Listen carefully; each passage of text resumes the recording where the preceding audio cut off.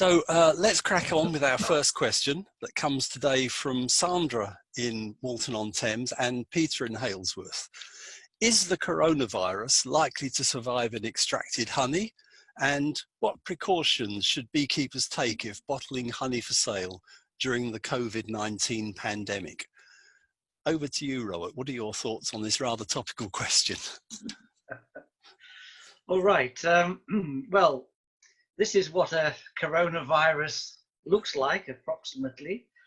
And of course, it's on the boundary between being alive and not being alive. It's really on the actual biological boundary of what is living and what is not living.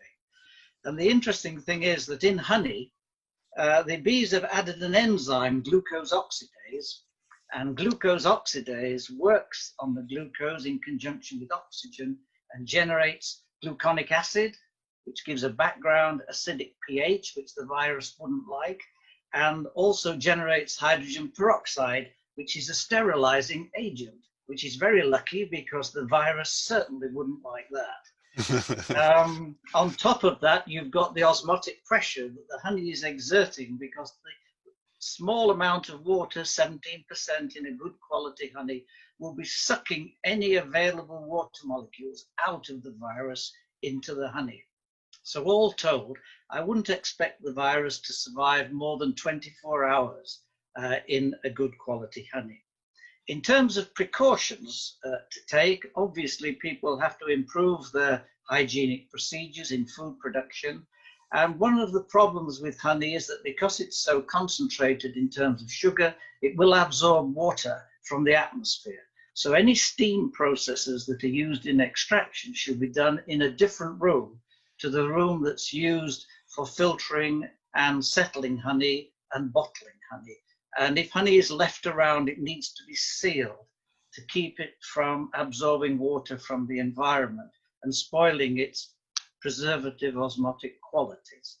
Having said that, I think those are the main considerations with regard to the precautions that beekeepers should take. I'm assuming that no beekeeper at the moment coughs or splutters over their honey when they're actually preparing it.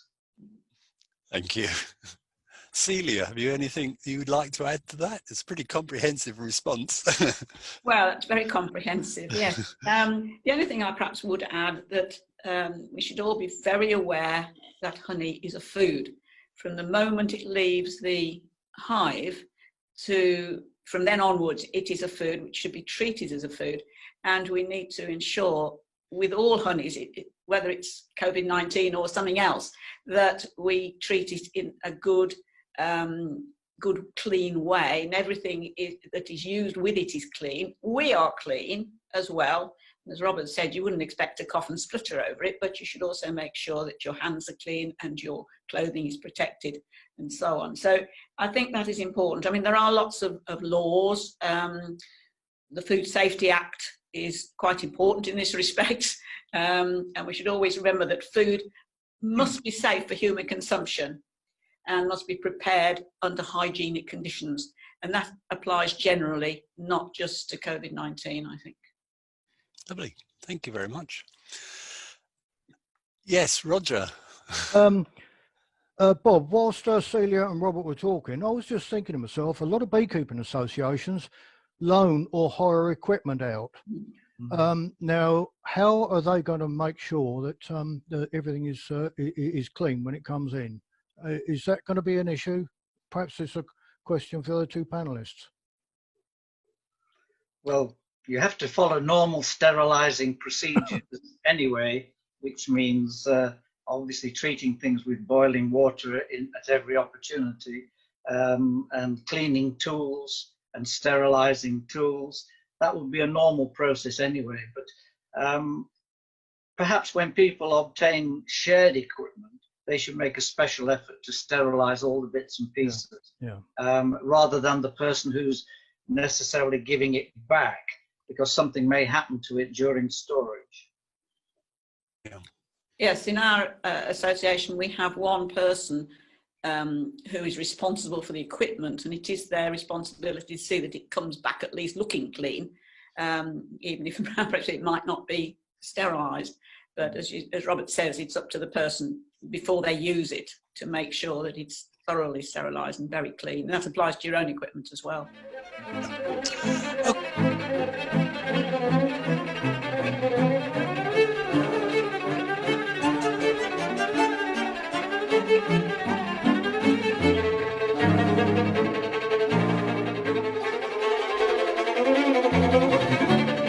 Okay.